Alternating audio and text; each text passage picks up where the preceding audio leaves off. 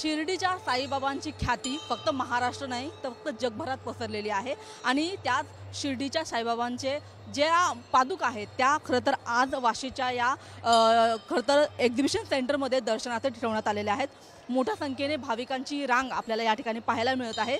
गेली अनेक वर्ष या पादुकांचं ज्यांनी सांभाळ केलेला आहे, ज्यांनी जतन केलेलं आहे, जे आता पूर्ण देखभाल खरं तर बघतात त्या कुटुंबाचे सदस्य आपल्यासोबत आहेत। खरं तर त्यांची 5वी पिढी खरं तर या पादुकांचा सांभाळ करत आहे। निमोणकर सर आपल्यासोबत आहेत। सर 4थी पिढी तुमची आहे, 5वी पिढी आपल्यासोबत आहे। अनेक वर्ष तुम्ही या पादुकांचा सांभाळ करत आहात, तुम्ही अनेक देशांमध्ये गेलेला आहात। काय सांगाल आजच्या दिवसाबद्दल, काय वाटतं? आजचा दिवस हा खूप बहुमोल असा आहे या मुंबईकरांसाठी, नवी मुंबईसाठी, की आजच्या या धकाधकीच्या काळामध्ये अध्यात्माचा बेस हा खूप गरजेचा आहे। आणि हे सकाळच्या माध्यमातून त्यांच्या लक्षात आलं की आपण हा वेगळं काहीतरी करावं आणि जनमानसाला या संतांच्या चरणाचं दर्शन द्यावं। आणि हा योग आज घडून आला आजच्या या शुभमुहूर्तावर। सर्व संतांच्या पादुका भारतभरातून आलेल्या आहेत।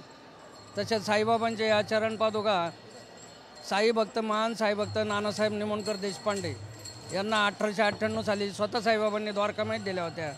त्या त्यांनी आपल्या निमोण गावी या डोक्यावर आणल्या आणि निमोण गावामध्ये आमच्या देवघरातच या पादुका होत्या।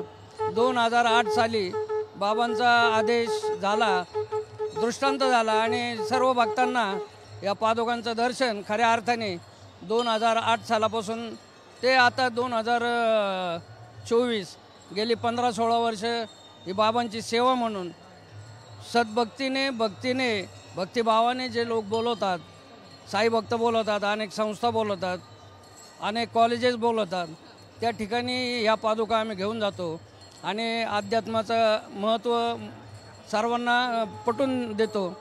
याच्या माध्यमातून अनेक उपक्रम पण आम्ही सुरू ठेवलेले आहेत की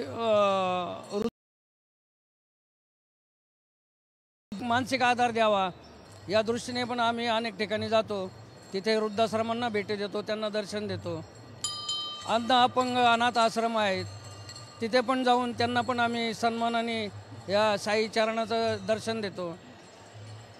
कुष्ठरोगी संस्था आहे, तिथं पण जाऊन की बाबांनी सगळ्यांची सेवा केली, बाबांनी सगळ्यांना जवळ केलेलं आहे।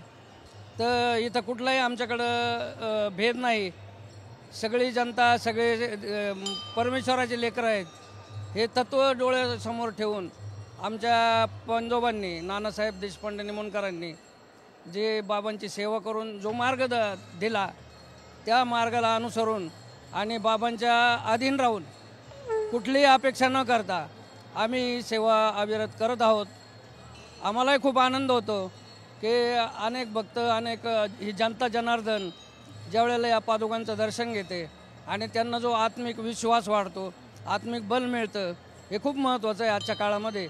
आणि जितकं शक्य होईल, जेवढं शक्य होईल तेवढं आम्ही आमच्या परीने प्रयत्न करत आहोत।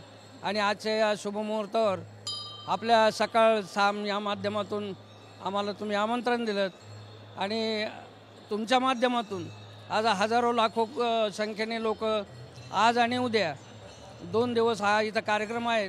तर मी सर्व भक्तांना पण आवाहन करतो की सर्वांनी यावं आणि 18 संतांच्या पादुकांचं हे आज एका ठिकाणी तुम्हाला दर्शन होईल, त्याचा तुम्ही अवश्य लाभ घ्या।